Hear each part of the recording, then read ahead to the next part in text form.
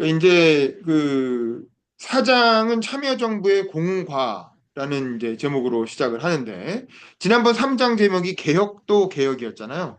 그리고 4장이 공과라는 건 이제 사장이 사실상 끝이에요. 이 책의 내용은 4장 끝나면 그냥 참여정부 공직에서 떠나 이종호 실장이. 그러면서 책의 내용이 끝나고 5장은 그냥 약간 뒷얘기 같은 거라 5장은 사실 읽어도 그만 안 읽어도 그만인 이제 쿠키 영상 같은 거, 에필로그 같은 거죠, 전체적으로. 4장이 이제 핵심 그 하고 싶었던 내용의 핵심 기록이라고 할 수 있는데 처음에 이제 끝없는 사회 갈등이라고 해서 이 참여정부가 그 당시에 터져 나오는 각 분야의 다양한 사회 갈등, 특히 환경 근본주의. 그 당시에 이제 이게 이제 진짜 제대로 된 진보 정권이 이제 김대중 정부는 진보와 보수가 어떤 연합 정권이었다면 참여정부는 어쨌든 당대의 한국 사회에서는 그래도 가장 집권 가능한 진보 세력이 단독 집권한 거였잖아요. 그러니까 이제 여기저기서 온갖 쌓여왔던 불만이 막 흩어져 나오는 거야. 그 첫 번째가 환경계입니다. 환경계, 환경운동계. 그래서 부산의 금정산 터널이라든가 서울의 북한산이라든가 부산의 또 천성산 터널 여기 이제 다 고속철 우리 이때가 KTX 깔고 있던 시기잖아요. 그러니까 KTX를 깔려면은 산을 우회해서 가면 고속철을 만들 수가 없잖아요. 그러니까 산을 이렇게 뚫어가지고 터널을 만드는데 이거 하나하나마다 다들 난리가 나는 거야. 어떤 데에서는 불교계가 절이 반대하고 어떤 데는 어떤 스님 하나가 그 천성산 유명하죠. 뭐 도룡뇽이 가는 길을 뭐 이렇게 도룡뇽 생태계를 파괴한다고 해서 어떤 스님 한 분이 들어 누워가지고 몇십일을 막 최장기 단식을 해버리고 거의 뭐 돌아가시기 직전까지 결국 뭐 돌아가시진 않았죠. 근데 어쨌든 뭐 그런 식의 단식을 하고 이러니까 이 환경 근본주의가 엄청나게 이렇게 그 국정의 발목을 잡는 상황이 벌어집니다. 그래서 문재인 그 대통령이 그 당시 민정수석이었는데 문재인 수석이 직접 내려가가지고 그 설득도 했는데 문재인 대통령 사람 좋지 그냥 말만 허허거리면서 얘기하지 무슨 뭐 당근을 갖고 내려가는 게 아니니까 결국 해결도 안 되고 뭐 그랬다는 거죠. 거기에다가 새만금 사태, 거기다가 방패장 문제 이런 것도 하나하나가 다 엄청나게 이제 폭발력 있는 갈등을 불러일으켰고 이런 갈등을 해결하기 위해서 갈등 해결 시스템 보고회라는 회의를 열었다는 거예요. 그래서 이제 거기서 막 여러 가지 안들이 나와서 뭐 회의도 하고 이제 다양한 전문가들의 의견도 하고 그러면서 우리 사회에 이런 갈등을 해결할 원로가 없다. 옛날에 뭐 김수현 추기경이라든가 뭐 그런 이제 사회적으로 존경받는 원로가 있어서 원로가 한마디에 하면서 하면 그래도 어느 정도 먹히고 좀 따르고 이런 게 있었는데 이게 이미 2000년대로 넘어오면서 그런 그 민주화운동 시절에 독립운동 민주화운동의 원로들이 이미 다 돌아가시고 뭐 이때는 다들 이제 자기 이익을 주장하기 시작하는 시대가 된 거지. 그러니까 이게 해결이 안 되고. 그래서 이거를 무슨 뭐 위원회를 만들어서 이렇게 뭐 전문가들이 뭐 이렇게 뭐 결정을 하고 그러면 그걸 무조건 따르기로 서약을 하고 그런 수기 제도를 해보자 이런 얘기도 있었는데 결국에는 이제 그렇게 해가지고는 안 된다. 결국 당사자 해결 원칙으로 가야 된다. 그래서 갈등 과제 조정을 당사자들이 주로 하는 걸로 하고 그래서 1차는 일단 각 부처에서 최대한 당사자들의 의견을 모아서 조정을 해보되 안 되면 2차로 총리실 산하의 국무조정실로 가져와서 정리를 하자. 뭐 이런 식으로 프로세스도 만들어 보고. 그리고 이 과정에서 나온 게 이런 갈등 해결 사안들을 주로 맡게 된 게 이제 노무현 대통령이 국정과제위원회라는 걸 수도 없이 만들었잖아요. 열 몇 개 만들어서 그걸 그 국정과제위원회 담당자로 이정호 실장을 정책실장으로 임명했던 건데 그중에 지속 가능 발전위원회라는 게 있었고 이 환경 문제들이잖아요. 여기서 지금 이슈되는 게 다 환경 문제들이니까 그걸 지속 가능 발전위원회가 맡아서 이 고철환이라고 하는 위원장이 요거를 이제 해보려고 했다는 거죠. 그래서 원래 역할을 그렇게 줬는데 이 막상 해보려고 하니까 액션이 다 나오지만 안 돼. 안 돼. 이게 제3자가 끼어들어갖고 나름대로 뭘 각 분야의 전문가라고 하는 사람들이 끼어들어서 첨예한 이해관계가 엇갈리고 있는 사안을 조정을 하려고 해도 조정이 안 됩니다. 그러니까 결국 이제 해보려고 했지만 잘 안 됐고 이런 한탄강 댐 공사 문제 이거를 이제 지속가능 발전위가 맡아서 어떻게 해보려고 했는데 결국에는 해결을 못했고 그럼으로써 이렇게 이 모델이 안 돌아가는구나라고 해서 바로 치명타를 받았다. 뭐 이런 얘기가 나오죠. 그래서 그 개정 휴업 상태로 이어지게 되고 결국 이런 것들은 하나하나 다 나중에 시간이 흘러가면서 다른 방식에 의해서 하나씩 해결되죠. 자, 어쨌든 여기 그리고 사실 두 번째 이 챕터에서 중요한 게 노동개혁 부분입니다. 노동계와의 관계. 지난 시간에 이제 처음에 노동계랑 그 나이스 문제로 전교조가 파업을 하면서 그때부터 노동계랑 사이가 삐끗한 얘기가 나오죠. 그리고 이제 노동계가 있고 화물연대 파업도 마찬가지고. 그래서 사실은 이게서 처음에 노동 문제를 다룰 때 이 경제 관료 출신들, 뭐 경제부총리라든가 권오규 정책수석이라든가 이 권오규 정책수석이라는 사람이 아마 나중에 국회의원도 하고 뭐 그랬을 텐데 이 사람이 굉장히 중요한 사람이었던 것 같아요. 이 사람이 많이 나옵니다. 이 각 이슈에서. 이런 사람들이 이제 노조의 과격성 같은 걸 막 비판을 하고 노무현 대통령도 원래 굉장히 그 노동 변호사 출신이고 노동 문제를 잘 알고 사회적 약자에 관심이 많았지만 이때는 이 제도화된 노동, 이른바 기득권화된 노동에 대해서 굉장히 비판적 문제의식을 많이 갖고 있었어요. 이 집권 초기에. 그래서 이제 그런 경제 관료들의 의견에 많이 동의를 하죠. 그러니까 이제 진보 이정호 교수 같은 사람들은 약간 불안불안하게 쳐다보죠. 아, 이거 이렇게 가면 안 되는데.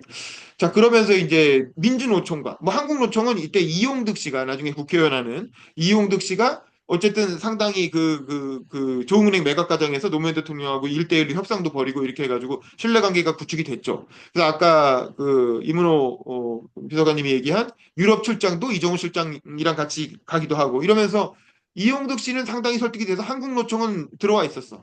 근데 민주노총과 얘기가 안 되는 거예요. 근데 사실은 그 아무래도 노동운동의 주력은 민주노총이잖아요. 한국노총은 옛날에 어용노조의 그 이미지가 남아 있어갖고 아무래도 약하고. 그러니까 이제 민주노총을 설득을 해야 되는데 처음에 만난 게 단병호 위원장이었다는 거지. 단병호 위원장은 민주노총 안에서도 굉장히 강경파라고 할 수 있잖아요. 그리고 나중에 민주노동당 국회의원도 하신 분이죠. 이 단병호 위원장하고 얘기를 했는데 이 자꾸 이제 이게 대통령이 먼저 참 인사말을 하고 노동계 인사들이 얘기를 하는데 뭐 대놓고 막 참여정부를 욕을 하는 거예요. 그래서 참여정부는 친자본 정권이다. 그러면서 이제 이게 결국에는 이제 김대중 정부처럼 똑같이 친자본 정권 돼버렸다는 식으로 임기초인데 막 이렇게 욕을 하고 그러면서 이제 막 비판을 하니까 노무현 대통령이 듣다가 이제 짜증이 나는 거지. 그러면서 아니 대통령이 환장했다 하더라도 이 환장이란 표현이 아마 노무현 대통령 특유의 이제 그러니까 대통령이 미쳤다 하더라도 미쳐서 니네를 도와주려고 해도 한계가 있다. 이게 이정우 실장이 현장에 직접 기록을 한 거니까 아마 이 표현을 쓰신 것 같아요. 한계가 있다 그러면서 민노당 지금 너네가 지지하는 민노당 정책 다 받으면 경제 거덜난다. 이제 이런 얘기를 어떻게 보면 약간 막말성 이제 심한 얘기를 한 건데 이 얘기가 담고 있는 건 있는 거죠. 민노당 정책을 다 받으면 경제 거덜난다는 게 어떤 의미겠어요? 사실 따지고 보면 민노당이 나중에 정의당으로 이어졌고 정의당의 노선을 그대로 이어받은 게 어떻게 보면 다 받은 게 문재인 정권입니다. 그래서 문재인 정부가 임기 초에 정의당의 아젠다를 받은 게 뭐였어요? 그 이른바 유명한 최저임금 10,000원이었죠. 그게 이제 정의당, 민노당 정의당이 쭉 주장해왔던 걸 문재인 정부가 받은 거예요. 그래서 임기 첫 해하고 둘째 해 때 뭐였어요? 17%, 16% 이렇게 최저임금을 급격히 인상을 했죠. 그 결과 어떻게 됐습니까? 자영업자들이 엄청나게 망해나가고 편의점 망하고 뭐 가게 문 닫고 이렇게 되니까 결국에는 3년 차 때 최저임금 인상, 임기 내 인상 10,000원 포기 선언을 하고 죄송합니다 하고 국민들한테 사과하고 그 다음에 결국 10,000원을 지금까지 도달 못하고 있죠. 최저임금 10,000원 인상하는 게 그때 경제에 미친 충격이 워낙 컸기 때문에. 그래서 노무현 대통령이 이런 걸 알았던 거예요. 그래서 민노당이 얘기하는 아젠다가 참고할 만한 거긴 하지만 그걸 전면적으로 다 받으면 경제에 미치는 충격이 너무 크다라고 노무현 대통령은 알았던 거야. 그래서 그렇게 안 하면서 그런 걸 갖고 단병호 위원장하고 막 싸운 거야. 그러면서 자기가 영혼과 양심을 바쳐서 80년대 노동운동에 관심을 기울였고 자기가 사실은 변호사로서 굉장한 수익을 포기해가면서까지 그 노동 변론을 막 하고 다녔단 말이에요. 무료로 아주 싸게 해주면서. 그랬는데 조흥은행 노조가 나를 어떻게 했냐. 나한테 막 대통령 비난하고 이런 거에 굉장히 배신감을 느꼈다 이거지. 그 조흥은행, 신한은행 합병하는 과정에서. 그러면서 이제 노동운동도 자기 관리를 철저히 해야 된다. 그러니까 자기 관리라는 게 사실은 그 회계 관리 문제라든가 지금 윤석열 정부가 문제 삼는 그런 것들, 자기 스스로에겐 되게 관대하고 남들한테는 엄격하고 이런 성향이 실제로 있거든요. 저도 지금 민주노총 지부장이지만 내부를 들여다보면 그런 게 있어. 그래서 이제 그런 이빨은 소리를 또 한 거야. 노무현 대통령 성격상 이 그 봐주는 법이 없으니까 아무리 진보 같은 진보여도. 그러니까 단병호 위원장이 또 이 양반도 만만치가 않은 사람이잖아. 이 사람도 이제 당하고 있을 사람이 아니니까 내가 노무현 너는 신뢰하지만 노무현 정부는 신뢰 안 한다. 이게 뭔 소리예요? 그냥 매기는 거잖아요. 너 개인은 신뢰하지만 내가 노무현 정부 신뢰 못 한다. 이러면서 대통령이 노동 문제 언급하지 말고 장관이나 노사정 위원장한테 시켜라. 그러니까 대통령이 자꾸 그렇게 노동계한테 쓴소리를 하니까 노동계가 자꾸 발끈하게 된다는 거죠. 노동계는 이 당시 노동계는 완전히 그 급진적인 세력이고 대통령이 그렇게 나오면은 네가 뭔데 이러면서 이렇게 발끈하니까 오히려 갈등이 심해지니 차라리 대통령은 입 좀 다무시라고 그리고 그 당시 장관이 그래도 친노동 성향의 교수 출신이고 그 노사정 위원장도 역시 그런 교수 출신이니까 그런 친노동 인사들한테 노동 얘기를 하게 해라 뭐 이렇게 조언을 한 거죠. 그랬더니 이제 노무현 대통령이 또 그런 얘기 듣고 가만히 있을 사람이 아니잖아요. 그러니까 그 진보냐 보수냐보다 합리적인 대회가 중요한 거 아닙니까? 그러면서 민주노총은 자꾸 이기려고 하지 마세요. 또 이렇게 또 담병호 위원장한테 쓴소리를 딱 해요. 그러니까 담병호도 다 당할 사람이 아니죠. 그러니까 내가 이기려고 하는 게 아니라 안 지려고 하는 겁니다. 이러면서 이제 끝까지 팽팽하게 노무현하고 담병호가 막 말싸움을 벌인 거야. 이런 걸 또 이정우 위원장이 옆에서 다 기록을 해가지고 이렇게 책에 써준 거죠. 그러니까 이제 이게 초창기에 첫해 민주노총하고 노무현 정부가 관계가 처음부터 완전히 이렇게 최악의 상황으로 시작을 하게 되는 거죠. 그러다가 그 두 번째 탄핵 끝나고 나서 2004년에 이수호 위원장이 들어옵니다. 이수호 위원장은 담병호는 이제 그 이렇게 그야말로 노동계 출신이라면 이수호 위원장은 전교조 교사 출신이에요. 그래서 전교조 위원장하고 그 인지도를 갖고 이제 민주노총 위원장이 당선된, 그러니까 일종의 지식인 출신이라고 할 수 있겠죠. 아마 이분도 서울대 나오고 뭐 그랬을 거예요. 그러니까 이수호 위원장은 담병호랑 좀 다른 입장으로 들어오는 거죠. 그래서 아 자기는 노무현 대통령에 대해 신뢰를 가지고 있다 기본적으로. 그래서 노무현 대통령이 탄핵 위기에 빠졌을 때 탄핵 반대 운동, 그러니까 노무현 구하기 운동에 나섰다. 민주노총 아니면 누가 사실 이렇게 하겠느냐. 그러면서 역시 보수 언론하고 싸울 것은 노조밖에 없지 않느냐. 그 다들 이제 정치권도 그렇고 다 보수 언론 눈치 보는데 그래도 우리 민주노총이니까 보수 언론하고 싸워주지 않냐. 저는 이건 지금도 마찬가지라고 봐요. 그리고 자본하고도 이렇게 끝까지 싸울 수 있는 자본의 문제점을 제대로 목소리 내는 것도 사실 또 노조밖에 없죠. 그러니까 좀 노조에 대해서 너무 그렇게 적대적으로 하지 말고 한번 같이 잘 해보자 이렇게 얘기를 했고 그러면서 자기가 요구하는 건 투명 경영과 참여를 경영하게 하고 노조 참여를 허용하고 그리고 어느 정도 고용 안정을 보장하고 또 임금 인상분을 하청이나 비정규직을 위해 사용한다고 한다면 자기는 자기가 나서서 민주노총 산하 그 사업장들에게 그 임금 인상 자제를 설득할 의향도 있다. 뭐 이런 얘기를 자기가 선거 때 했다는 거야. 그랬더니 이제 그 보수 언론이 그 임금 인상 자제 부분만 이렇게 떼어가지고 보도를 하는 바람에 엄청나게 반발도 자기도 욕도 많이 먹었다 뭐 이런 얘기를 해요. 그러니까 노무현 대통령이 이수 위원장을 좋게 봐가지고 관저 밖까지 집에 갈 때 관저 밖까지 나와가지고 막 배웅을 했다. 뭐 그런 일은 처음이었다. 뭐 이렇게 얘기를 합니다. 그래서 이수호 위원장과는 관계가 좋을 수도 있었는데 사실은 결국 민주노총과의 관계 잘 풀리지 않아요. 왜냐하면 이수호 위원장 자체도 본인 스스로가 전교조라는 게 사실은 민주노총 전체로 보면 아주 작은 이렇게 단위에 불과하고 그게 또 어떻게 보면 또 블루칼라 노동자도 아니고 그러니까 힘이 없었어요. 그래서 이 양반이 민주노총 위원장이 되긴 했지만 이 노사정 대회 원래 노사정 대회에 복귀하겠다고 공약을 걸고 당선된 민주노총 위원장이었음에도 불구하고 결국 노사정 위원회 복귀를 못합니다. 내부에서 워낙 반발이 심했고 그래서 결국엔 그래서 이소 위원장은 사람은 괜찮았고 나중에 서울시 교육감까지 나오죠. 이 사람이. 근데 끝내 당선은 안 됐죠. 어쨌든 뭐 이런 일이 있어서 결국 민주노총과의 관계는 삐걱삐걱하다가 결국엔 끝까지 관계 회복을 못한 채로 지금까지도 민주당과 민주노총이 관계 회복이 안 된 채로 이렇게 오고 있는 거죠. 그리고 결국 이 노무현 대통령의 사회적 대타협이라는 건 여기서는 노사 간의 대타협이죠. 노사 간의 정부가 중재하는 그런 형태의 사회적 대타협은 그것이 결국 실패로 돌아가게 되는데 그 실패로 돌아가는 과정에서 그래도 이정우 교수가 유럽 노사 관계를 보려고 견학을 갔다는 거지. 그래서 한국노총 이홍득 위원장을 데리고 갔고 민주노총은 고민하다가 왜냐면 내부에서 워낙 반발이 많고 이 여당하고 뭐 하는 거에 대한 이 거부감이 심하니까 결국엔 민주노총을 안 갔고 한국노총만 데리고 가서 거기서 아까 이문호 비서관님 얘기하신 것처럼 그런 일들이 있었습니다. 그래서 이제 뭐그 네덜란드의 유명한 그 노총 위원장 출신이 총리가 된 사람이 있었죠. 그 사람 만나서 간담회도 하고 독일도 가고 뭐 다양한 사례들. 독일의 어떤 노사 공동 결정 제도라는 거죠. 그래서 노조가 경영에 참여해갖고 같이 협력하면서 경영에 협력하는 그런 식의 모델에 관한 공부도 하고 뭐 그런 얘기를 하는 얘기가 좀 나와. 다 좋은 얘기지. 근데 지금 우리나라에서는 하기가 어려운 것들이야. 그러면서 여기서 중요한 제도가 몇 개 결정이 되죠. 여기서 이제 이슈가 됐던 게 지금도 사실은 이게 이 제도가 지금까지 오고 있어요. 저는 현장에 있으니까 그런 걸 많이 보는데 이 파견제 노동자라는 게 있고 기간제 노동자라는 게 있습니다. 이런 거를 몇 년씩 허용할 것인가가 그 당시에도 이슈였고 이게 이때 정해지는데 원래 이제 정부랑 경영계에서는 파견 플러스 기간제를 3 플러스 3, 3년은 파견으로 운영하고 그 다음에 3년은 기간제로 운영해서 6년 정도를 그렇게 비정규직으로 고용할 수 있게 하자라는 거였고 노조는 무슨 소리냐. 파견은 1년만 허용하고 기간제도 1년만 허용해서 그리고 나면 이제 고용의제라고 해서 이제 고용할 수 있게 기회를 주는 이렇게 하자. 라는 거였는데 결국 이제 여러 가지 논란이 일어났다가 그 당시에 이제 환노위 국회 간사였던 이모키 의원도 굉장히 오랜 노동운동가 출신의 국회의원이죠. 이 양반도 꽤 문재인 정부 때 일자리 부위원장도 하시고 뭐 그런 분이에요. 근데 이 이모키 의원이 나서서 결국에는 이제 조율을 해가지고 파견은 1년만 하되 1년을 꽉 채우면 이제 고용을 해야 되는 걸로 의무제로 넘어가고 기간제는 2년만 근무할 수 있게 하고 2년 뒤에는 이제 정규직 고용을 하게끔 하도록 하는 고용 의제 이렇게 합의를 해서 이 제도가 지금까지 오고 있는 겁니다. 그래서 근데 사실은 저희가 현업에서 생각해 보면 1년 정도 파견 업무하고 내보내야 되는 애들이 너무 많아요. 그래서 다시 교육해야 되니까 너무 번거로워.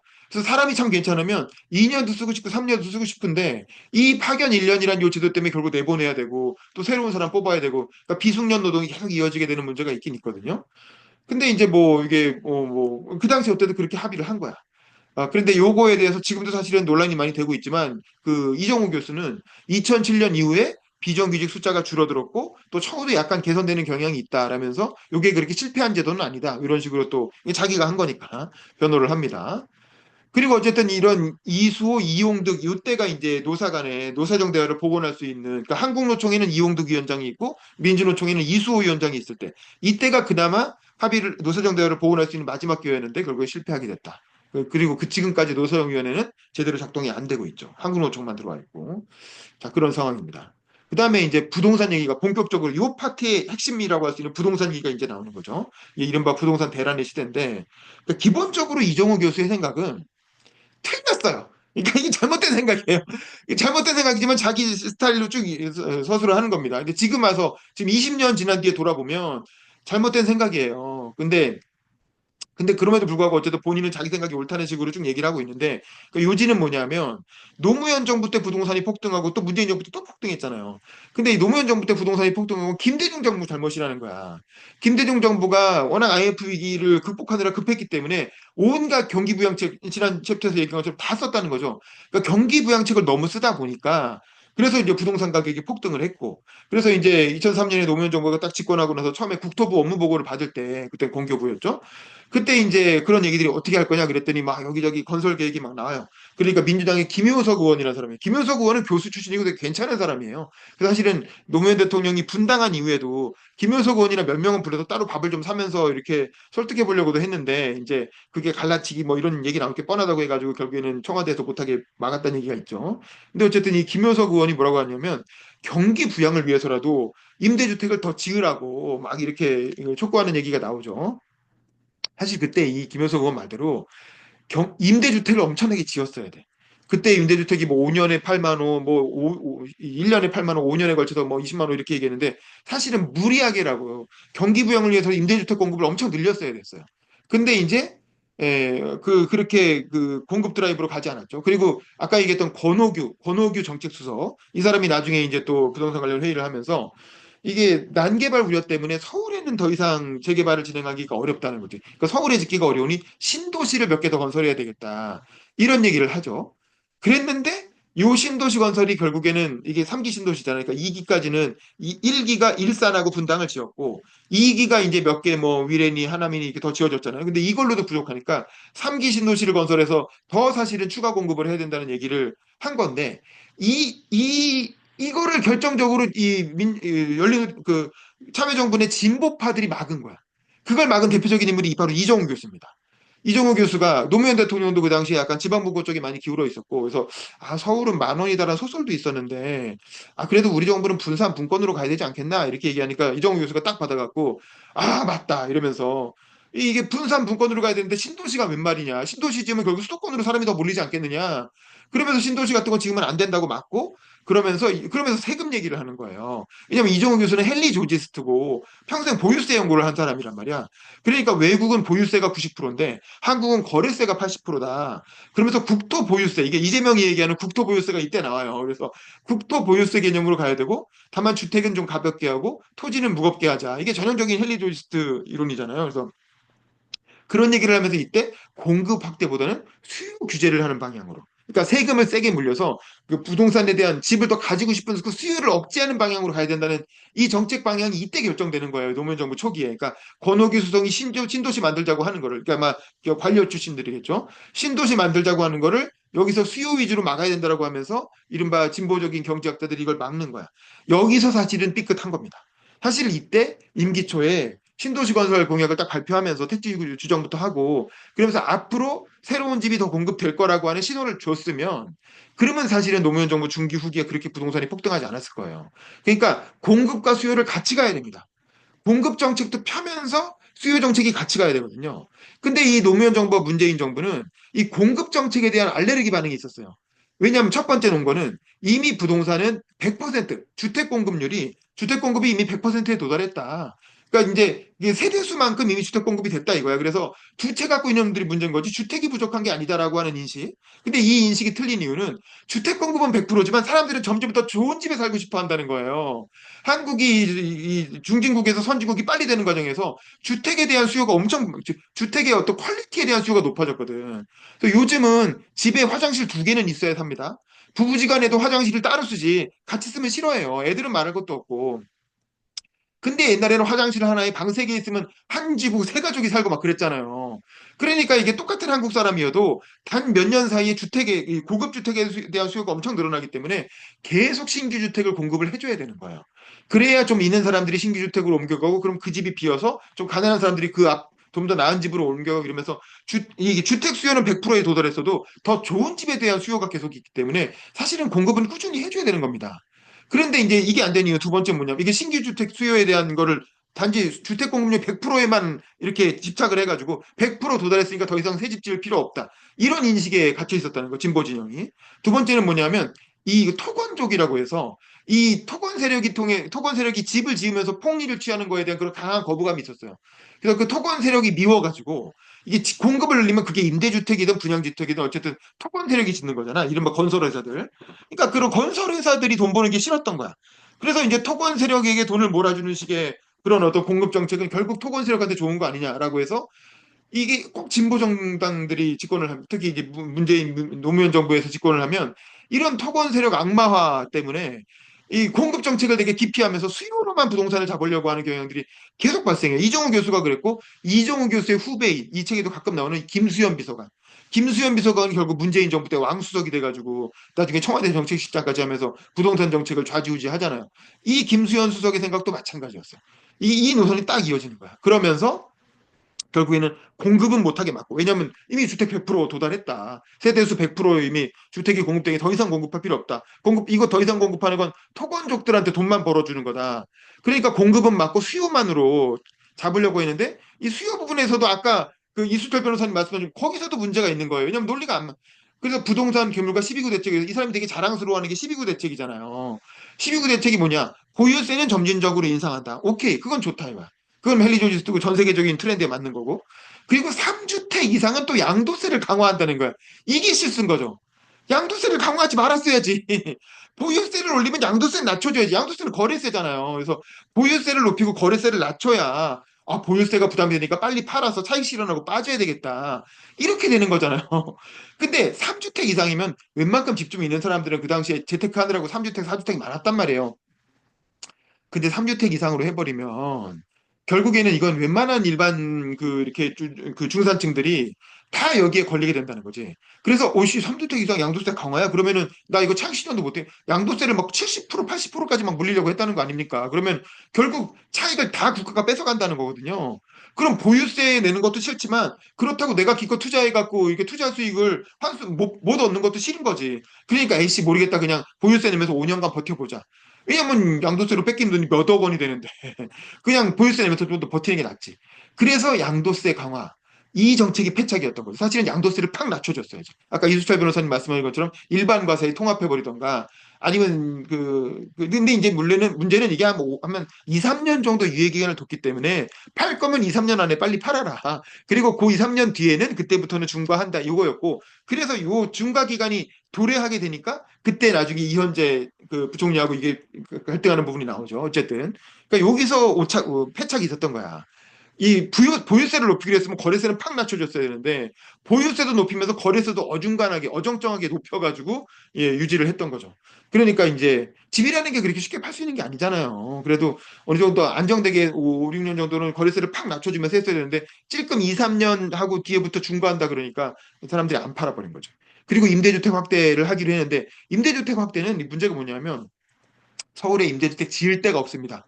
사람들은 다 서울 살고 싶어 하고 적어도 서울 인근의 수도권에 살고 싶어 하는데 임대주택 짓고 싶어서 지을 데가 없어요. 그럼 결국 택지 지정해 갖고 신도시 개발로 가야 되는데 신도시 개발을 막았잖아요. 이정우 실장이. 그리고 임대주택 어디다 지었겠어요? 저 지방에 LH한테 가다 보면 무슨 이렇게 이상한 아파트 길 가다 보면 고속도로 가다 보면 뜬금없이 아파트 한 집만 떨렁 올라와 있는 거 그런 거 있잖아요. 그런 게 다 LH가 지은 임대주택들이거든요. 그렇게 사람들이 살지도 않을 때다가 임대주택 지어놓으면 뭐하냐 이거지. 그러니까 결국에는 이 12구 대책이라는 게 큰 방향성은 옳았지만 그런 몇 가지 디테일에서의 실수 때문에 사실은 지금 윤석열 정부가 하는 것처럼 그린벨트를 풀었어야 돼요. 그린벨트를 풀어갖고 수도권에 더 공급을 하던가 아니면은 이제 그 신도시를 개발하던가 그랬어요. 신도시 개발하겠다고 신호라도 보냈어야 되는데 그런 걸 안 하니까 결국에는 참여정부 때 부동산이 중반 이후에 팍 폭등을 해가지고 결국 참여정부가 정권을 뺏기게 되는 결정적 원인이 바로 여기서 오게 되는 거죠. 그리고 다만 그래도 하나 참여정부가 건진 게 뭐냐? 주택거래 실거래 신고제죠. 실거래가 신고제. 그전에는 얼마든지 가짜로 이른바 다운 계약서 얼마든지 써가지고 합의해서 쓱 이렇게 가짜로 내고 서로 세금 아끼고 이런 게 이제 관행적으로 돼 있었는데 무조건 실거래가로 신고하도록 이렇게 해가지고 그래서 결국에는 지금까지 실거래가 신고 전통이 이어져 오게 했죠. 이거는 잘한 거죠. 이거는 이규방이라는 국토연구원이 거의 장자방에 비견되는 훌륭한 사람이라고 막 칭찬을 하죠. 원래는 이제 그 거래 허가제, 이 규제 지역에서는 거래 허가제를 하려고 했는데 허가라는 게 정부가 재산권을 허가한다는 게 분명히 위헌 소송되고 위헌 나온다. 그래서 이거 실효성이 없다라고 하니까 그럼 신고제라도 해보자라고 해서 실거래가 신고제를 도입해서 지금까지 이 세금 정책을 보완하기 위한 방법으로 쓰고 있다는 건데 이건 잘한 거예요. 이거는 굉장히 우리나라 부동산 시장을 투명하게 만든 좋은 이제 개혁이었다고 할 수 있죠. 어쨌든 그러면서 다음에 나오는 게 부동산 정책은 국민의 신뢰를 얻어야 된다라고 하면서 이제 2004년에 노무현 대통령이 사실은 2004년쯤 되니까 임기 2년 차 들어갔잖아. 그러니까 이게 진보 진영한테 부동산 정책을 맡겼더니 이게 좀 문제가 있다라고 노무현 대통령 스스로도 생각을 했던 것 같아. 이 책엔 그렇게 나오진 않지만 그래서 부동산 대책을 그동안은 빈부격차 차별시정위원회 이게 이정우 실장이 담당하는 위원회였거든요. 여기서 담당을 하던 거를 국민경제자문위원회 이건 조윤재 경제보좌관이 담당하던 거였죠. 조윤재 경제보좌관은 아까 시장경제론자라고 했잖아요. 근데 좀 균형 잡힌 시장경제론자. 그러니까 이정호보다 조금 더 중도에 가까운 사람이죠. 그러니까 이 사람한테 부동산 정책을 넘기겠다라고 해가지고 이렇게 이정호가 담당했던 걸 조윤재 보좌관한테 넘깁니다. 그러니까 조윤재와 이정호는 서로 신뢰하는 사이였고 뭐 관계 나쁘지 않았지만 이정호는 여기서 이제 확 이렇게 힘이 빠지는 거죠. 왜냐하면 본인은 이게 이제 부동산 정책 좀 한다 싶은데 장수를 바꾸니까 되게 섭섭하다 이렇게 얘기하는데 왜냐하면 본인은 평생을 헨리 조지 연구한 사람이고 그래서 이게 자기 진짜 이게 필생의 업이라고 생각하고 열심히 하고 있었는데 갑자기 기운이 쑥 빠졌다 이런 얘기를 하죠. 그리고 나서 이제 이현재 부총리랑 갈등을 빚는 얘기가 나옵니다. 이현재 경제부총리는 이제 그 외환 위기를 극복한 걸로 김대중 정부 때 되게 유명해진 경제 관료잖아요. 그래갖고 노무현 정부가 이현재를 다시 영입을 해가지고 경제부총리를 딱 시켜놓습니다. 이현재 부총리는 이제 옛날 사람이고 약간 성장론자니까 이때부터 노무현 대통령이 성장과 분배 사이에 균형을 잡아야 됐다고 생각을 한 거죠. 그래서 일부러 성장론자인 이현재를 딱 경제부총리에 앉혀놓으니까 이정우하고 갈등을 빚는 모양새가 만들어지는 거죠. 그리고 이현재 부총리는 이 사람도 엘리트 출신이라 이 부동산 경기 부양을 해야 되면서 전국에 골프장 200개를 허가하겠다. 그래서 골프장 건설 붐을 일으켜가지고 그걸로 경기 부양하겠다. 뭐 이런 얘기를 했단 말이에요. 그러니까 이제 진보 진영이 보기에 너무 황당한 거지. 그리고 너무 기가 막힌 거지. 세상에 요즘 시대가 어느 시대인데. 근데 사실 그 이후에 우리가 지금 엄청나게 골프 붐이 일고 이런 거 생각해 보면 골프장 200개 건설도 그렇게 나쁜 정책은 아니었어요. 지금 생각해 보면 그때 골프장 200개 건설해갖고 전 국민이 골프를 좀 이렇게 국민 스포츠를 편하게 칠 수 있는 코로나 때 골프붐 엄청 불었잖아요. 그래서 골프장이 없어갖고 막 부킹이 안 되고 난리였잖아요. 그런 거 생각해 보면 뭐 나쁘지 않았을 수도 있는데 어쨌든 뭐 예, 뭐 잘 안 됐죠. 그래서 그리고 아까 12구 대책에서 얘기한 3주택 양도세를 중과하기로 했는데 그게 이제 기한이 다가오니까 너무 그것 때문에 부동산이 불안한 거야. 그러니까 이현재 부총리 이건 이제 유예해야 된다. 이거 중과 너무 심한 정책이었다. 유예해야 된다고 하니까 이정우가 무슨 소리냐. 정책이라는 거 국민과의 약속인데 그 몇 년 차부터 하기로 했으면 당연히 해야지. 그걸 왜 유예하냐. 이래갖고 이거랑 이정우랑 이현재가 공개적으로 이렇게 뭐 학술대회 같은 데서 부딪히고 언론에서도 부딪히고 이러면서 이제 막 갈등을 했다는 거죠. 그러면서 이제 그런 게 이정우와 이현재 이렇게 좌파 우파 이렇게 구도가 갈라져 가지고 갈등이 있었는데 뭐 그 당시 열린우리당의 이계한 의원이 아니 부동산 중과 정부 약속인데 유예를 왜 하냐 뭐 이렇게 얘기하고 어쨌든 뭐 이렇게 해가지고 어찌어찌해서 원론대로 어쨌든 했다는 거죠. 중과를 하는 거죠. 그러면서 부동산 가격이 폭등하기 시작했고 결국에는 참여정부가 망한 겁니다. 근데 어쨌든 그 임대주택에 대해서도 이원재 부총리 혼자서 임대주택 2호 이상도 뭐 세금을 감면해준다, 뭐 이런 주장도 하고, 그래서 결국 이현재하고는 물과 기름처럼 사사건건 부딪혔다. 그러니까 이때부터 사실은 그 이정우 실장이 밀려나고 있는 과정인 거예요. 지난 3정까지만 해도 이현재 실장이 전성기에 임기 1년 차 때 되게 잘 나가던 시절이고, 이때는 이미 밀려나고 있는 거야. 그러면서 이제 불통과 대립을 했다는 거고, 또 나중에 이현재가 회고록을 먼저 썼는데, 이현재는 회고록에서 이정우가 민간인 신분이면서, 왜냐면 정책실장 그만두고 나서 민간인 신분이고요. 민간인 신분이 자꾸 청와대 회의에 와가지고 반대하길래 자기가 이정우 민간인이니까 참여시키지 마라. 이래가지고 그래서 이제 김수현이 대신 왔다. 근데 똑같은 얘기했다. 뭐 이렇게 적었거든요. 근데 그거에 대해서 이정우 실장이 반박을 하죠. 이 책에서 짧은 문장인데 몇 개 많이 틀렸다. 그래서 민간인이었지만 자기는 정책특보로 임명을 받아서 모든 회의에 참여하고 있었고 정책위원장도 그만둔 게 아니라 현직이었다. 이렇게 하면서 그리고 내가 뭐 나는 노무현 대통령이 하라고 해가지고 청와대 모든 회의에 다 참여할 수 있는 권한이 있었고 한 번 빠진 건 그때 김수현 비서관이 참여했던 건 딱 한 번밖에 없었다. 뭐 이런 식으로 반박을 하면서 약간 감정 싸움을 하는 부분이 나옵니다. 그러니까 이현재에 대해서는 지금도 별로 감정이 안 좋은 것 같아요. 어쨌든 그래서 이정우 실장의 주장은 부동산 대란을 결국 잠재웠다는 거야. 부동산 대란을 잠재우고도 오해를 샀다 이러면서 이게 판교 분양을 앞두고 오사 대책을 냈고 그다음에 종부세를 도입해서 831 대책까지 그래서 이 12구, 54, 831 이 세 번의 대책으로 완전히 그 참여정부의 부동산 정책이 완성이 됐다는 거죠. 그리고 나니까 결국에는 부동산이 잠잠해지면서 가격이 안정화되더라.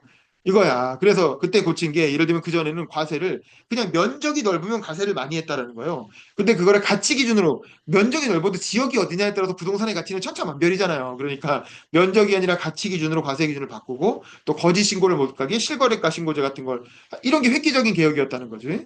그리고 그 이후에 10년간 부동산이 안정이 됐다. 이게 이제 그 10년이라는 게 이명박 정부 박근혜 정부죠. 이명박 박근혜 정부 10년간은 부동산이 안정됐잖아요.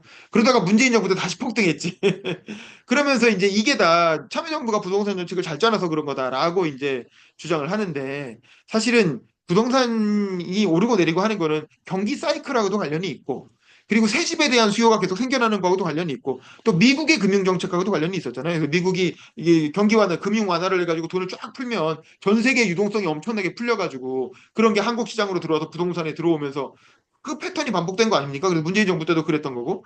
근데 이제 이걸 단순히 그 참여정부가 정책을 잘 써서 그때 이제 세금 정책을 딱 이렇게 철저하게 막아놔가지고 막았다라는 거는 사실은 이정호 실장이 너무 자기의 이렇게 자기가 꽂힌 헨리조지적 입장에서만 얘기하는 거고 실제로 부동산이라는 건 그렇게 간단하지 않다는 거 우린 다 이제는 다 알잖아요. 그리고 이정호 실장의 생각을 그대로 반복한 게 김수현 비서관이고 김수현 실장이고 김수현 실장이 문재인 정부의 경책실장 맡아서 이정우가 하고 싶었던 걸 다 한 거예요, 결국에는. 그 결과 문재인 정부 때 또 부동산이 폭등한 거예요. 그래서 부동산 폭등하니까 문재인 정부 또 1년 만에 단임으로 임기를 정권 재촉도 못하고 또 정권 넘겨줬잖아요.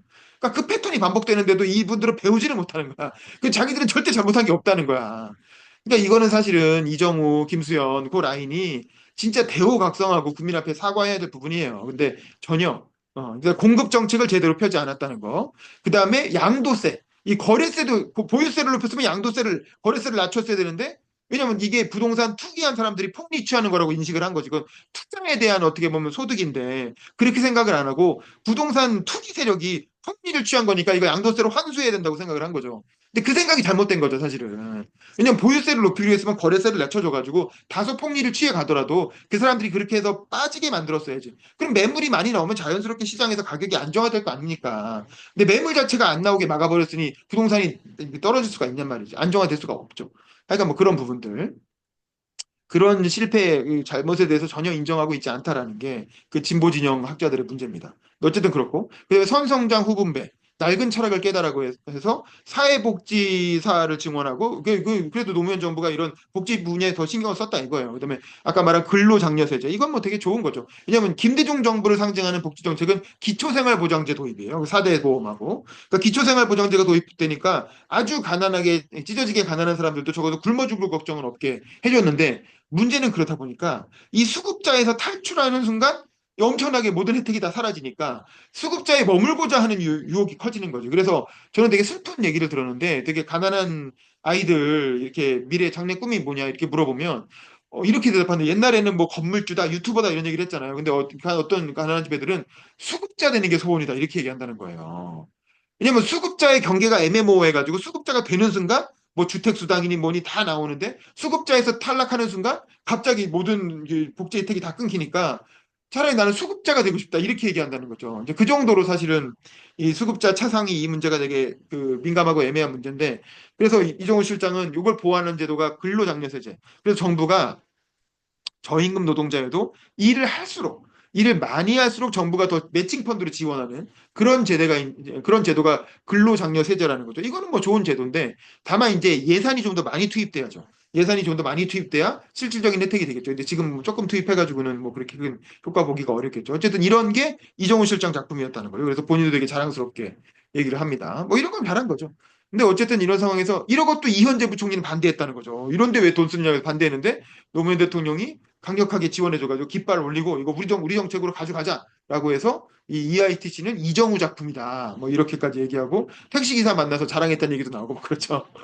뭐 좀 그런 얘기가 이제 가볍게 나오고 이제 그 나머지는 되게 이제 그냥 약간 이렇게 잡담 같은 얘기 이제 그런 얘기 나옵니다. 그래서 국회에서 국정감사 처음에 당했던 얘기 첫해 좌파 정부라고 해가지고 막 국감에서 한나라당 의원들이 공격하니까 본인이 막 이렇게 반발하고 뭐 그런 얘기 나오고 마지막에 박세일 의원이라고 괜찮은 그래서 국회 선진화재단 만들었던 대한민국 선진화재단 만들었던 박세일 의원이 이정훈 실장 고생했다고 이렇게 격려하는 메모를 적어갖고 줘서 그것 때문에 이제 스트레스가 많이 풀렸다 뭐 이런 얘기도 나오고 그다음에 위진 같은 발음말하는 참모가 너무 많다라고 하는 것도 이제 노무현 대통령하고 이제 간담회 각종 이제 다과회 같은 데서 이제 수다 떨면서 나온 얘기죠. 그래서 2005년 2월에 참여정부 2주년을 맞아서 간담회를 하는데 이제 건배사를 돌아가면서 하잖아요. 그러니까 이정훈 실장은 2주년 되니까 이제는 슬슬 본인도 나갈 때가 됐었단 말이에요. 그래서 마음의 준비를 하고 일부러 좀 쓴소리 해야 되겠다 생각해서 강태종 얘기를 했다는 거죠. 강태종이 유명하잖아요. 강태종과 위징의 관계는. 그래서 위징이란 아주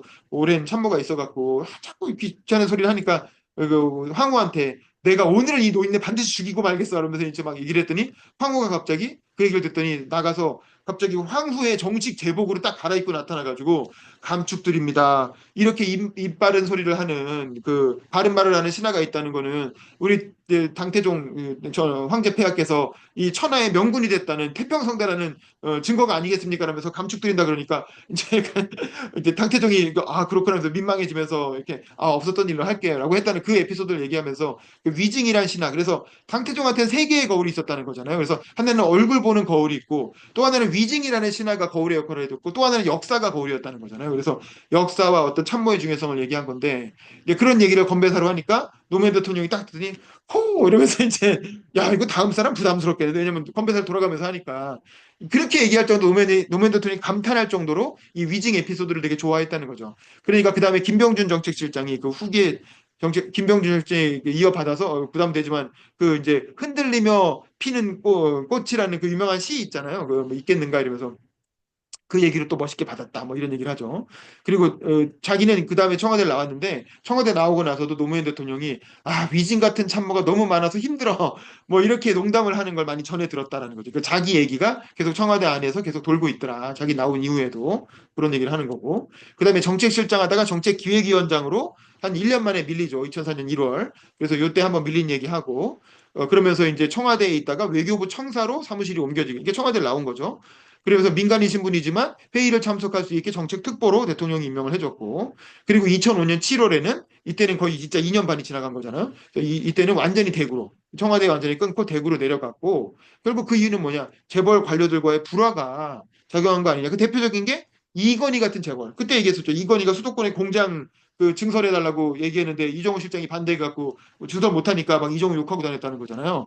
그다음에 아까 말한 이현재 부총리 이런 재벌 관료들과의 불화 때문에 결국에는 밀려났다. 뭐 이렇게 얘기를 하는데 제가 보기에는 이제 이정우 실장의 아이디어가 뭐 이 책에도 나오지만 노무현 대통령이 이미 충분히 다 흡수했고 사실 일을 새로운 걸 기획할 때는 이런 진보 진영의 아이디어가 필요하지만 그 다음에 일을 되게 하는 데에는 사실 뭐 이렇게 크게 도움이 안 됐던 거예요. 그래서 임기 중반 이후에는 관료들 위주로 관료 혹은 김병준 실장처럼 아주 오랫동안 같이 호흡을 맞춰온 이제 그런 노무현 대통령과 생각이 거의 비슷한 그런 학자 위주로 청와대가 구성되게 되죠.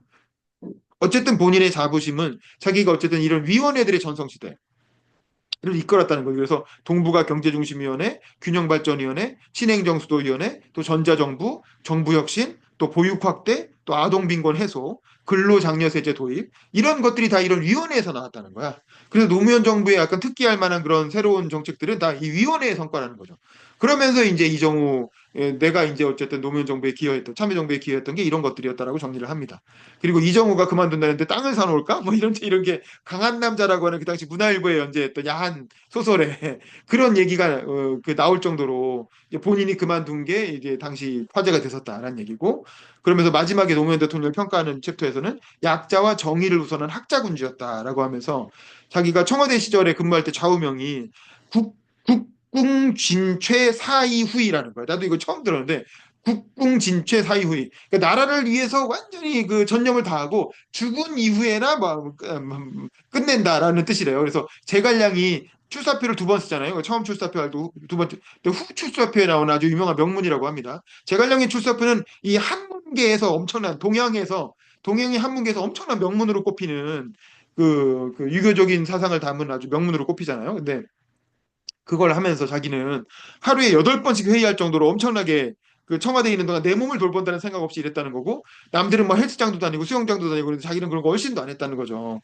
그러니까 2년 반 정도 그렇게 빡세게 일하니까 당연히 몸이 만지 왜냐면 나이가 이미 50대고 나이가 좀 있으신 분인데 그렇게 건강 안 돌보고 맨날 일만 하면 당연히 건강 망가지죠. 그래서 그 문재인 대통령도 이때 이빨이 다 나가서 다 임플란트로 바꿨다는 거 아니에요.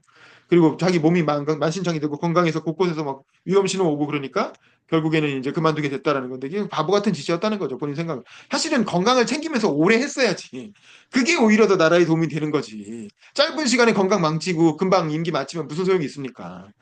그래서 어쨌든 그래서 나왔는데 나오고 나니까 2006년에 갑자기 한미 FTA 얘기가 들리더라는 거야. 그래서 이게 무슨 소리야 그래갖고 진보 학자들 그때 막 정태인 이런 사람 몰려가가지고 만류해 보려고 했으나 대통령은 이미 결심을 확고하게 굳히고 있었죠. 이 한미 FTA는 그 통상교섭본부장했던 김현종 씨 있잖아요. 그 김현종 씨의 아이디어를 적극적으로 노무현 대통령이 차용하고 그걸 김병준 실장 같은 사람이 서포트하면서 밀어붙이게 되는 건데 그 이때쯤 되면 노무현 대통령은 상당히 중도에서 어떤 우파 쪽으로 넘어오게 되죠 성향이. 그 중도 실용주의자라고 봐야 되겠죠. 근데 이제 이런 한미 FTA 추진에 대해서 진보학자들이 난리가 나가지고 막았고, 이제 이런 거야. 이제 이종우 교수의 주장은 우리나라의 주력 산업이라고 할 수 있는 조선이라든가 뭐 이런 건 이미 다 미국과 면세 규정이 맞춰져 있기 때문에 어차피 무관세로 수출을 하고 있어서 별로 이득 볼 게 없고 섬유랑 자동차 정도인데 섬유는 비관세 장벽이 워낙 많아서 실제로 거기서 혜택을 얻기가 어렵고 자동차 정도라는 거야. 근데 이걸 위해서 이렇게 대신 이걸 관철시키기 위해서 ISD를 받았다는 거죠. 국가투자자 소송제. 근데 ISD라는 건 우리나라의 어떤 정책 주권을 훼손하는 문제였기 때문에 이건 받으면 안 되는 거 아니냐라면서 전체적으로 비교 형량해 볼 때 안 된다라고 해가지고 반대를 했다는 건데 뭐 그 당시 논리는 그렇듯해요. 근데 지금 와서 생각해 보면 이 때문에 현대자동차가 현대기아차가 지금 미국 시장을 평정해 버렸잖아요. 그래서 미국 영화 헐리우드 영화 보면 현대기아차 얘기가 막 나오잖아요. 그러면 현대기아차가 요즘은 고급화 전략까지 써가지고 거의 뭐 이렇게 미국 시장에서 굉장히 잘 나가니까 삼성전자 못지않게 현대기아차가 세계적인 굴지의 대기업으로 큰 데에는 이 한미 FTA가 굉장히 큰 역할을 한 겁니다. 그리고 현대기아차가 지금 한국 경제에서 얼마나 큰 역할을 하고 있어요. 이런 거 생각해 보면 또 자동차 산업은 파생 효과가 크잖아요. 왜냐하면 2만 개의 부품이 들어가니까. 물론 요즘 전기차로 전환하면서 부품이 좀 줄어들고 있긴 하지만 어쨌든 그래서 저는 뭐 그리고 또 요즘 그 트럼프가 다시 또 관세 높인다고 할 때 그래도 우리가 한미 FTA를 맺어놨으니까 한번 비벼볼 수라도 있잖아요. 그러니까 저는 결국 결과적으로 종합적으로 보면 한미 FTA는 잘한 정책이었다고 봐요. 근데 이제 진보 진영은 어쨌든 미국하고 뭐 한다는 거에서 알레르기 반응을 왜냐면 전형적인 반미 정서가 기본적으로 있으니까 알레르기 반응을 보였던 거죠.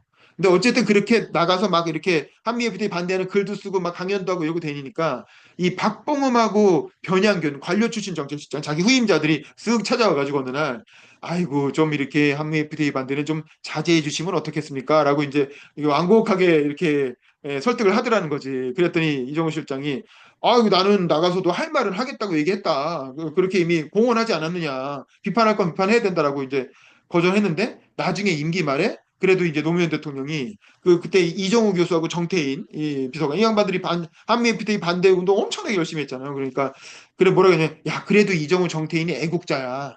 라고 노무현 대통령이 그렇게 평가를 했다는 얘기를 소문으로 또 전해 들은 거죠. 그러면서 역시 노무현은 옹졸하지 않았다. 이렇게 또 평가를 하죠. 자, 그리고 나서 진짜 임기 말에 거의 참여정부 끝날 무렵에 참여정부의 빛나는 노을 이렇게 해가지고 전체적으로 논란이 있었지만 참여정부 그래도 잘했다라고 칭찬하는 글을 언론에 기고를 했다는 거야. 그랬더니 노무현 대통령이 한번 들어서 식사를 한번 하시죠. 그래갖고 그 당시에 노무현 대통령하고 성경윤 교수 정책실장 지금 상지대 총장하고 계시죠. 성경윤 교수님하고 같이 셋이 밥을 먹었다는 거야. 그러면서 이제 밥 먹고 나서 차 한잔 할 때, 근데 대통령님 저 왜 부르셨습니까? 그러니까 노무현 대통령이 그냥 고마워서 요즘 도와주는 사람이 이 교수밖에 없어요. 이러면서 이제 그러면서 이제 이렇게 좀 한탄을 했다는 거죠. 그러니까 노무현 대통령 참 외로워 보였다. 그 저는 이 부분이 참 되게 안타까웠고 그래도 참 이 노무현과 이정우란 사람이 이그 리더와 참모의 관계를 끝까지 그래도 품위 있게 이어갔다 이런 생각이 들어요. 서로 입장 차이가 있었고 나중에 이제 그래서 그것 때문에 그 공개적으로 토론도 하는 사이였지만 그래도 끝까지 인간적인 신뢰를 놓지 않고 그런 어떤 그걸 이어가는 모습이 되게 요즘 이런 관계가 있을까? 요즘 정치권에 뭐 이런 생각이 들 정도로 그래도 되게 아름다운 모습이 아니었나 싶고 마지막에 퇴임하고 봉화마을 내려갈 때 같이 기차를 타고 내려갔다는 거죠. 이벤트로. 그래서 밀양에서 같이 기분 좋다 하고 그 연설도 하고 유시민 만나서 손도 번쩍 들어주고 그리고 또 좀 있다가 2009년 2월에 갑자기 국가 경영에 관한 책을 써보자. 그게 그 유명한 진보의 미래죠. 제가 지난 시간에 강연했던 그 진보의 미래 책 쓰자고 해서 2월 달에 모여갖고 한 뭐 며칠 같이 거기서 숙박을 하면서 거기 가면 연수원이 있어요. 잠잘 수 있는 저도 거기서 하룻밤 잡았는데 그 연수원이 있어요. 그래서 거기 잠도 되게 잘 잘 수 있게 이렇게 만들어 놨습니다. 그래서 거기서 진보의 미래 얘기하고 그랬는데 그게 마지막이 됐다는 거예요.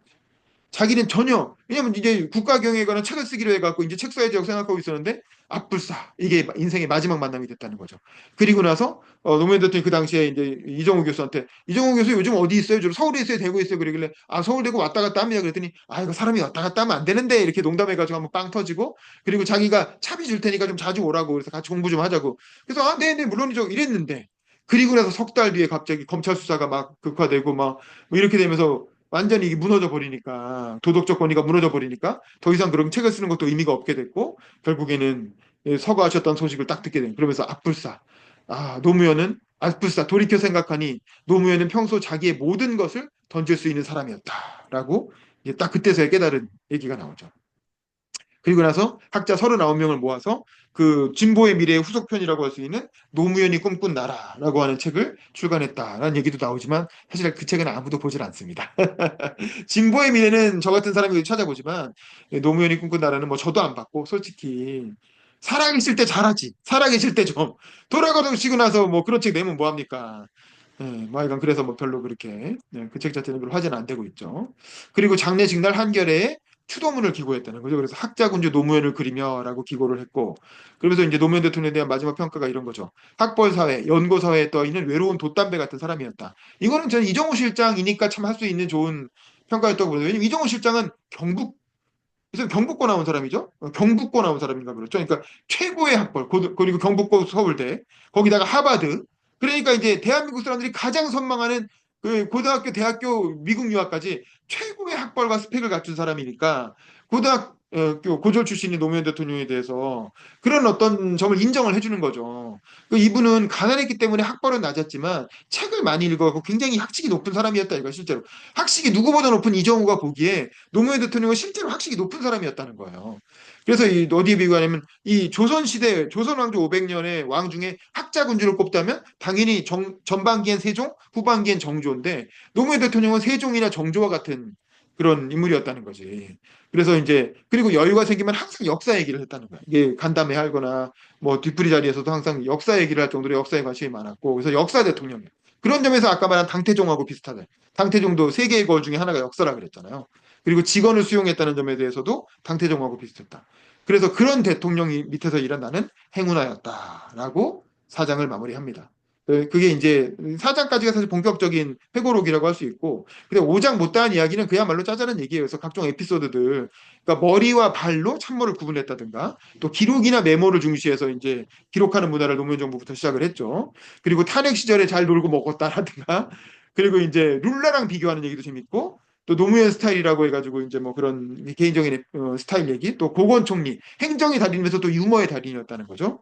물론 고건 총리는 결국에는 노무현 대통령과 끝까지 맞진 않았고 나중에 노무현 대통령과는 좀 다른 중도 세력으로서 대선 출마를 하려고 하다가 노무현 대통령이 그냥 확 찍어 눌러버리죠. 인기 말해 그냥 얄밉게 뭐 실패한 인사였죠. 이렇게 얘기해 버려갖고 그다음부터 고건 총리가 확 그냥 약간 중도 세력의 대안처럼 떠오르다가 노무현 대통령이 넌 아니야라고 탁 쳐버리니까 그때 떨어져 내려버리고 또 고건 총리는 뭐 이 책엔 안 나오지만 이 자식 문제가 있었어요. 그러니까 자식이 그 약간 그 정신 문제가 좀 있어가지고 그것 때문에 그런 게 대통령 나오면 이슈화 되면서 그 자식이 뭐 이혼하고 뭐 그랬을 거예요. 그래서 그것 때문에 아버지한테 막 이렇게 약간 정신이 이상한 상태에서 막 쌍욕도 하고 막 이래갖고 좀 가정사에 슬픔이 있습니다. 근데 그런 것 때문에 대선 포기하신 걸로 저는 그렇게 알고 있고.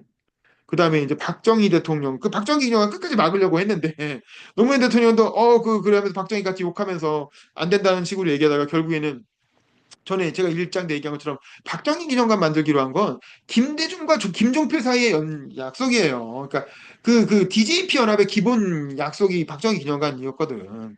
그리고 법적으로도 이미 할 수밖에 없게끔 다 만들어놨고 그래서 노무현 대통령도 썩 내키하진 않았지만 그리고 이 진보 학자들이 박정희가 절대 안 지금 박정희 동상 대구에 건설하는 것도 계속 반대하잖아요. 그러니까 박정희에 대한 뒤끝이 계속 이어지고 있는 거지 진보 진영에서는. 근데도 불구하고 이게 법으로 이미 김대중 정부 때 다 할 수밖에 없게끔 만들어놨기 때문에 결국엔 법적인 문제도 있고 해서 그냥 하게 됐다. 그래서 지금 상암동에 잘 건설돼 있습니다. 그래서 사실은 저는 이승만 기념관 같은 것도 언젠가 좀 시간이 지나고 나서 진보 정권에서 오히려 민주당이 진보 정권이 집권했을 때 그때 근데 국민 화해 차원에서 만들어주면 되지 않느냐. 근데 이게 보수 정권이 보수 대통령 길이고 진보 정권이 진보 대통령 길이고 이러는 건 안 좋아요. 이렇게 되면 이건 반드시 그 다음 정권에서 역풍이 붑니다. 근데 박정희 기념관은 아무도 지금 뭐라고 안 하잖아요. 왜냐하면 이건 김대중 정부가 법을 만들고 노무현 정부에서 건립을 하니까 아무도 이거에 대해서 더 이상 말이 없는 거지. 그래서 사실은 저는 이런 식으로 해나가야 된다고 생각을 하고 또 김대중 만나서 그밥 먹으면서 김대중이 인생사 들은 얘기, 그다음에 김영삼 대통령 만나서 여러 가지 에피소드, 김영삼한테 뭐 어떤 분하고 어떤 사업가를 통해서 김영삼한테 조언한 얘기 뭐 이런 얘기도 나오죠. 김영삼 역시 그 솔직하고 정의로운 인물이었다 이렇게 얘기하죠. 그다음에 이제 기억에 남는 사람들로 뭐 이동걸 금융위원장 하신 분이죠. 그다음에 강재규 어 그다음에 강재규 감독이죠. 네, 김재익 자기 어떤 롤모델이라고 할 수 있는 경제수석. 그다음에 임종철 자기 은사 뭐 이런 분들 당대의 명사들을 하나하나 줄줄이 언급을 하고 마지막에 내가 걸어온 길 이렇게 하면서 마무리합니다. 근데 이 뒷부분은 시간이 되시면은 한번 재미삼아 읽어보셔도 되고 시간이 안 되면 그냥 건너뛰어도 되는 그런 부분이죠. 그래도 뭐 기록상으로 좀 기록으로 남길 만한 그런 신변잡기적인 내용들이라든가 재미있는 에피소드들이 많이 있습니다. 그래서 이게 참 저 그런 생각을 했어요. 이게 청와대 정책실장 한번 해보고 싶다. 어쨌든 그런 거. 이게 역사의 한복판으로 들어가서 본인이 직접 주역은 아니더라도 그 주역들이 움직이는 과정을 관찰하고 그걸 나중에 기록에 남겨가지고 후세에 전달하는 굉장히 중요한 역할이잖아요. 근데 이분이 어쨌든 일기 쓰는 습관을 들여가지고 그 당시에 그래도 원래 일기 안 쓰다가 이게 딱 누구 조언을 듣고 딱 그 인수위 시절부터 일기를 쓰기 시작했다는 거잖아요. 그래서 2년 반 동안 그 청와대 기록을 잘 누가 무슨 얘기했는지까지 다 기록을 남겨서 이런 걸 후대에 전해주는 일종의 사관의 역할을 한 거죠. 그러니까 조선으로 치면 도승지의 역할을 하면서 사관의 역할까지 한 겁니다. 또 굉장히 중요한 역할을 했다고 할 수 있고 굳이 말하자면 이제 뭐 세종의 집현전이나 정조의 규장각에 비견되는 노무현 대통령에게 국정과제위원회가 있었던 거죠.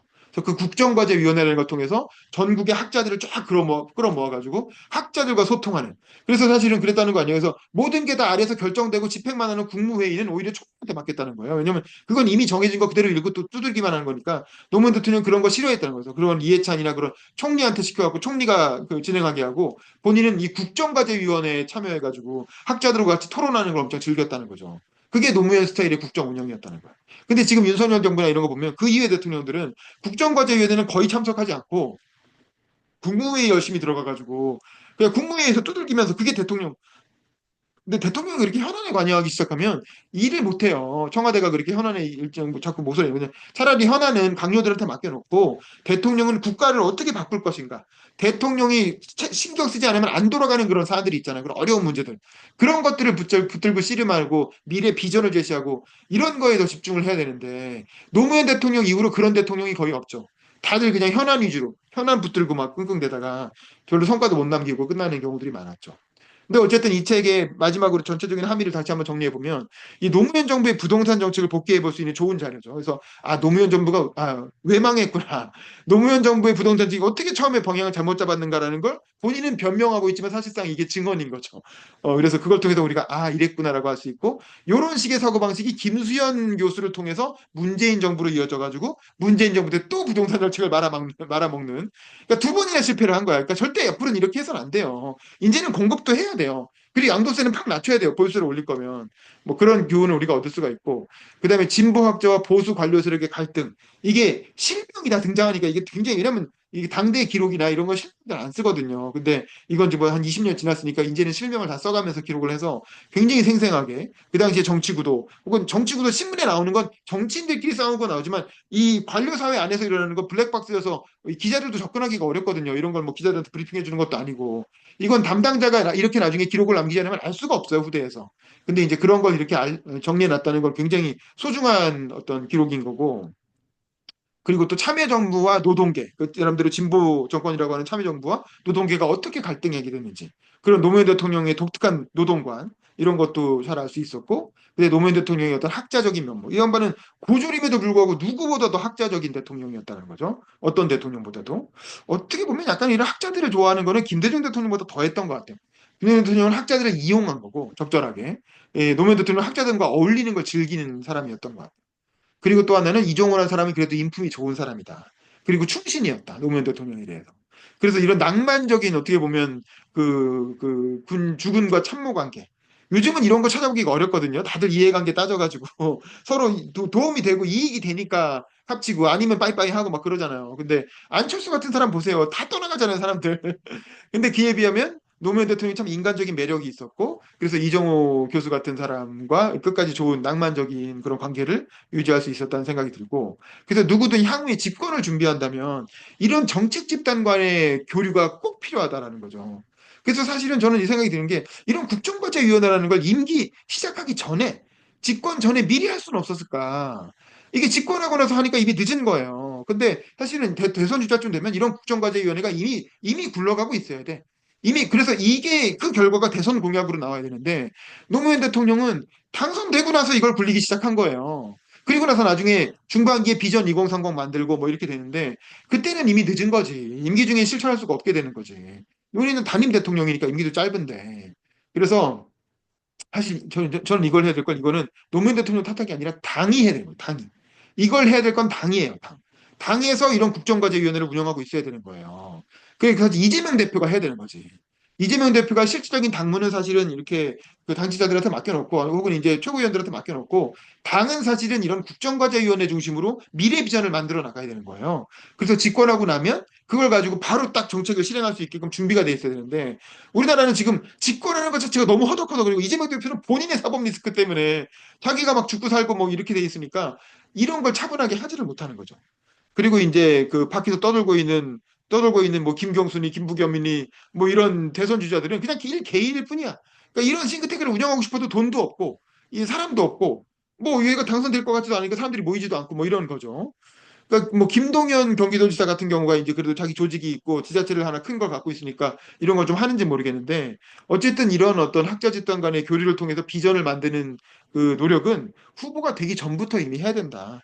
적어도 당 대표급쯤 되면 이런 걸 당 차원에서 굴리면서 누가 후보가 되든 당에서 준비한 비전을 바로 전달할 수 있게끔 좀 준비를 해야 되는 게 아닌가. 저는 뭐 이 책을 보면서 그런 아쉬움이 좀 들었다는 걸로 오늘 제 발제를 마치도록 하겠습니다. 감사합니다.